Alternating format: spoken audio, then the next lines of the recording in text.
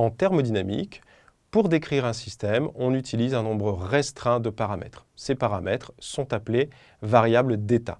Il s'agit en général du volume en mètres cubes, de la pression en pascal, du nombre de moles et de la température en Kelvin.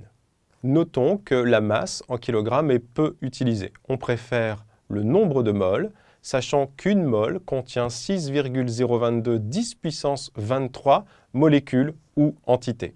Pour la pression également, on utilise le pascal, qui équivaut à 1 newton par mètre carré, mais on peut aussi utiliser le bar, qui est égal à 10 puissance 5 pascal.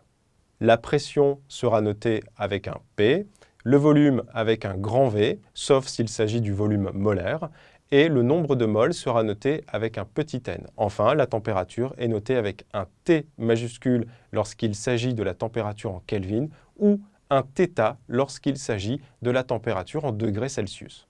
Parmi les variables d'état, certaines dépendent de la quantité de matière. Et dans ce cas, on dit que ce sont des variables extensives.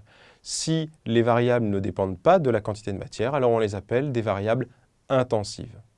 Par exemple, la pression et la température sont des grandeurs intensives, tandis que le volume est une grandeur extensive.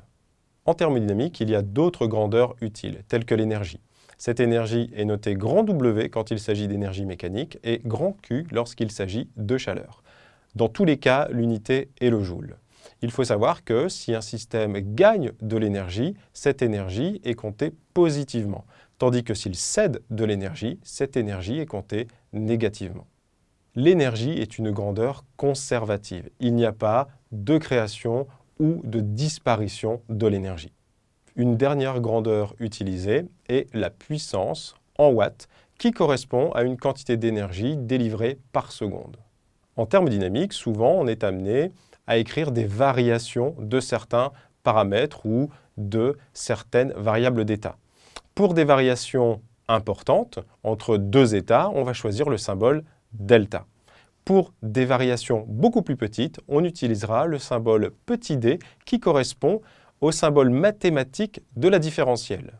Par exemple, petit dx est une notation que vous avez déjà rencontrée lorsque vous faites du calcul intégral. Cela signifie une petite variation de x.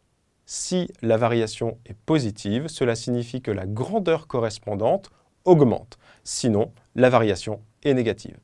De ce fait, une variation d'énergie positive constitue pour le système une augmentation de son énergie. À la fin de ce module, vous retrouverez une fiche vous donnant accès à des informations sur ces auteurs, ces grands physiciens ayant participé à l'élaboration de la thermodynamique.